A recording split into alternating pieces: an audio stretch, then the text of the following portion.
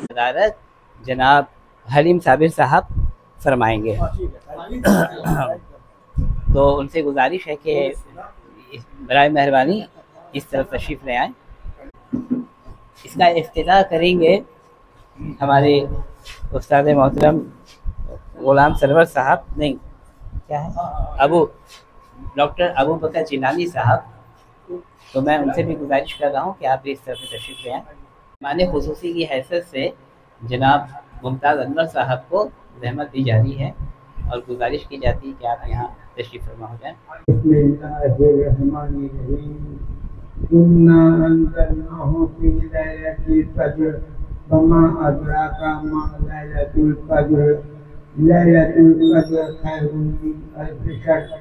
تنزل الملائكة والروح فيها بإذن ربهم من كل أمر سلام هي حتى مطلع الفجر. تو یہ میری جو ہے بہت ہی سمجھیے کہ پیاری طالبہ بھی رہی ہے. ہماری اسٹوڈنٹ تھی، بہت نیک، بہت مہذب، بہت شائستہ وہ تھی اور بہت اچھے سے ملتی. کلاس میں تو گفتگو ہوتی تھی ان سے، لیکن جب باہر بھی ملاقات ہو جاتی یونیورسٹی کوریڈور میں یا اسٹاف روم میں کبھی آ جاتی تو ملتی، باتیں کرتی اور اکثر ہم ہمیشہ اس کو مخاطب بیٹی کر کے کرتے. عام طالب علموں کو چاہے لڑکا ہو یا لڑکی جب ہم مخاطب کرتے ہیں انڈیویجول میں تو بیٹا اور بیٹی ہی کرتے ہیں. بیٹا بولو کیسے ہو بیٹی. دراصل حسین احمد زاہدی کے حوالے سے تمام لوگ جمع ہوئے ہیں. ان کی کتاب تنویر افسانے کتاب آئی ہے تنویر افسانے. اس میں تقریباً 84 افسانے ہیں، مختصر افسانے، بلکہ بہت سے دو چار ایسے بھی ہیں جو افسانے کے حوالے سے اسے آپ گردان سکتے ہیں. ڈاکٹر حسین احمد زاہدی صاحب کے صاحبزادے کا نام تنویر ہے، اور جیسا کہ ہم اور آپ جانتے ہیں کہ تنویر عربی لفظ نور سے آیا ہے جس کے معنی روشنی دینا، روشن کرنا ہے. لہذا عنوان وہ معنی ہے اور یہ زاہدی بھائی کا اختراع. سیدہ شاہین نعمان اس کتاب کی مرتبہ بھی ہے اور کتاب کی مصنفہ سیدہ درخصہ حسین زاہدی کی والدہ اور ڈاکٹر حسین احمد زاہدی کے اہلیہ ہے. کیونکہ اس کتاب کو مصنفہ نے اپنے والد ڈاکٹر حسین احمد زاہدی کا نام مخصوص کیا ہے، اس لیے ہم بلا شک و شبہ یہ کہہ سکتے ہیں کہ اس کتاب سے زاہدی بھائی کا پورا خاندان جوڑا ہے. کتاب تنویر افسانے میں کل 83 افسانے شامل ہیں اور 200 صفحات پر مشتمل ہے، جسے سیدہ شاہین اقبال صاحبہ نے مرتب کی ہے. یہاں افسانے پر گفتگو کرنے سے قبل شاہین صاحبہ کو دلی مبارکباد پیش کرتی ہوں کہ انہوں نے مقدمہ لکھ کر اس بات کو واضح کر دی کہ ان کی مطالعہ کافی وسیع ہے. کبھی افسانے کے فن پر گفتگو کرتی ہے تو کبھی موجودہ دور کے سلگتے مسائل کی منظر کشی، تو کبھی منی افسانے کس طرح وجود میں آئے اور اس کے تخلیق کار کون کون رہے، مثال کے ساتھ نام کا حوالہ بھی انہوں نے پیش کیا. اس کے علاوہ منٹو، پریم چند، انتظار حسین، راجندر سنگھ بیدی کے علاوہ اور بھی کئی ادیبوں کا ذکر کیا. ایک جگہ اس بات پر بھی توجہ دلائی ہے کہ آج کا دور بہت مصروفیت کا دور ہے. ایسے میں کوئی طویل کہانی، ناول یا افسانے پڑھنے کا وقت نہیں نکال سکتا. ایسے میں مینی افسانے کی مقبولیت زیادہ ہو گئی ہے. مختصر وقت میں سماج میں ہونے والے ظلم و جبر، معاشی استحصال اور بے جا رسم و رواج کی پابندیوں کا اندازہ ہو سکے اور اس کے خلاف آواز بلند کی جا سکے. ان تمام نقطہ کو بیان کرنے پر میں شاہین صاحبہ کو مبارکباد دیتی ہوں. یہ مجموعہ منی افسانوں کا مجموعہ ہے اور ایک ایسی مصنفہ کا ہے جو اس دنیا میں نہیں رہی. اس میدان میں ایک نئی کتاب آئی ہے تو مبارکباد تو بنتی ہی ہے. اب رہی کتاب کی بات، اس میں میں نے دیکھا کہ مصنفہ کی والدہ جو مرتبہ بھی ہیں सैयदा शाहीन इकबाल, उन्होंने 22 सफ़हात पर मुश्तमिल एक मबसूत मुक़द्दमा लिखा है और उन्होंने अफसाने के फ़न और मिनी अफसाने के फ़न या अफसानचे के फ़न पर भी बात की है, मुसन्निफ़ा के बारे में भी बात की है और उसके चुनिंदा अफसानों पर भी गुफ्तगू की है। तो उन्होंने बहुत उम्दा गुफ्तगू की है वाकई। और रही अफसानों की बात,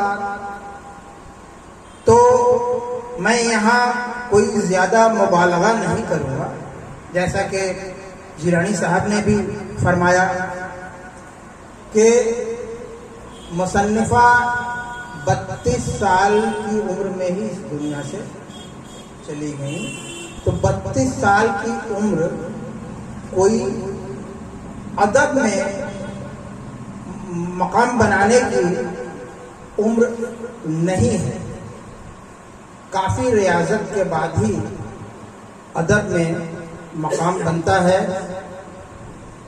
तो उसके बावजूद मैं ये ज़रूर कहूँगा, इस किताब में मौज़ूआत का जो तनव्वु है वो हैरान कुन है कि समाज के वो मौज़ूआत जिन पर लोग सोचते हुए गुफ्तगू करते हुए घबराते हैं, मुसन्निफ़ा ने उस पर भी कलम उठाया है। आज वो दुनिया में नहीं है। मैं समझता हूँ कि उनके वालिदैन ने ये बहुत बड़ा, ये पेश करके बहुत बड़ा काम कर दिया। के ताल्लुक से यहाँ जमा हुए हैं और अपने दिली जज्बात का इजहार किया है। उस सिलसिले में मैं ये कहना चाह रहा हूँ कि आप लोगों ने अफसाने को पढ़ा है, अफसानों का मुताला किया है और बहुत सारी बातें आपने अखज़ भी की हैं, लेकिन इस तरह के अफसाने जो मेरी बच्ची लिखती थी तो अक्सर ऐसा होता था कि वो बहस करती थी, वो अफसाना का एक थीम सुनाती थी कि देखिए ये हम लिखना चाहते हैं, क्योंकि उसके नज़र में हम ही एक उस्ताद थे, लिखना लिखाना चूँकि बचपन से मेरा चल रहा था, तो वो अफसाने का जिक्र जो है मुझसे ही करती थी। कभी कभी वालिदा उसको उल्टा पुल्टा बोल देती थी कि अभी खाने का टाइम है, अभी अफसाने की क्या बात है, ठीक है तुम अफसाना लिखना है बाद में बात करोगी, इसको अभी खाना खाने दो इत्मीनान से। लेकिन उसको एक लगता था कि एक थीम मेरे जहन में आ गया है, एक खाका है मेरे जहन में, क्यों नहीं उसको जो है हम अफसाने में ढाल दें। तो इस तरह जो है वो अफसाना लिखती थी। बहुत से अफसाने मैंने फाड़ के फेंक दिए, ये अफसाने हुए, ये तो तुमने जो है मजाक किया है। अफसाने के लिए तो बहुत एक फिजा होना चाहिए, अल्फाज होने चाहिए और एक माने कहानी होनी चाहिए। हर चीज़ अफसाने नहीं होती, तो मगर हर चीज़ पर समझ लो कि हर मौजू पर हम एक अफसाना लिख दें ताकि मेरे पास एक ज़ख़ीर किताब हो जाए, तो ये कोई सही नहीं है। क्या हंसी जाहिदी, मैं ऐसे बेटी कहूँगा कि बराबर मेरी मुलाकात होती है और बड़ी मासूम सी थी और ये पता नहीं था कि इसके अंदर ये फन है, ये लिखने का ये फन है जो बड़े बड़ों को नसीब नहीं है। तो आज ये अंदाजा हुआ कि दरख्शा सिर्फ नाम की दरख्शा नहीं थी, बल्कि उसकी दरख्शांदगी आज भी बिखरी पड़ी है। आज भी हम इससे आशना हो रहे हैं, महजूद हो रहे हैं, इक्तिसाब फैज़ कर रहे हैं। आज भी उसकी रोशनी बिखर बिखर कर हमारे दिलों को मुनव्वर कर रहे हैं। हर अफसाना काबिल तहसीन और तारीफ है और मैं साथ साथ तारीफ करूँगा, काबिल तहसीन है जनाब हसीन अहमद जाहिदी साहब और सैयदा शाहीन इकबाल साहिबा, जिन्होंने अपने बच्चों की ऐसी तरबियत की कि वो सब के सब कलमकार, खुद तो कलमकार थे ही, लेकिन जो बच्चे आए वो भी कलमकार, इन्हीं सोहबत। सैयदा दरख्शां हसीन जाहिदी ने कम उम्री में इतने अफसाने और अपने मुशाहिदात तजुर्बात की बिना पर पेश किए। अभी उनके अफसानों पर नाक़दीन की नजर पड़ेगी, उसका इजहार करेंगे, लेकिन इतनी बात जरूर है कि हमारे जो 9 वारिदाने बिसाते अदब जो आएंगे उनको हौसला अता होगा कि एक दरख्शां हसीन ने 32 साल की उम्र में, अगर उसने 20 साल की उम्र में शुरू किया होगा लिखना, तो 12 साल की उम्र में इतने अफसाने करीब 84-80 साल से आया।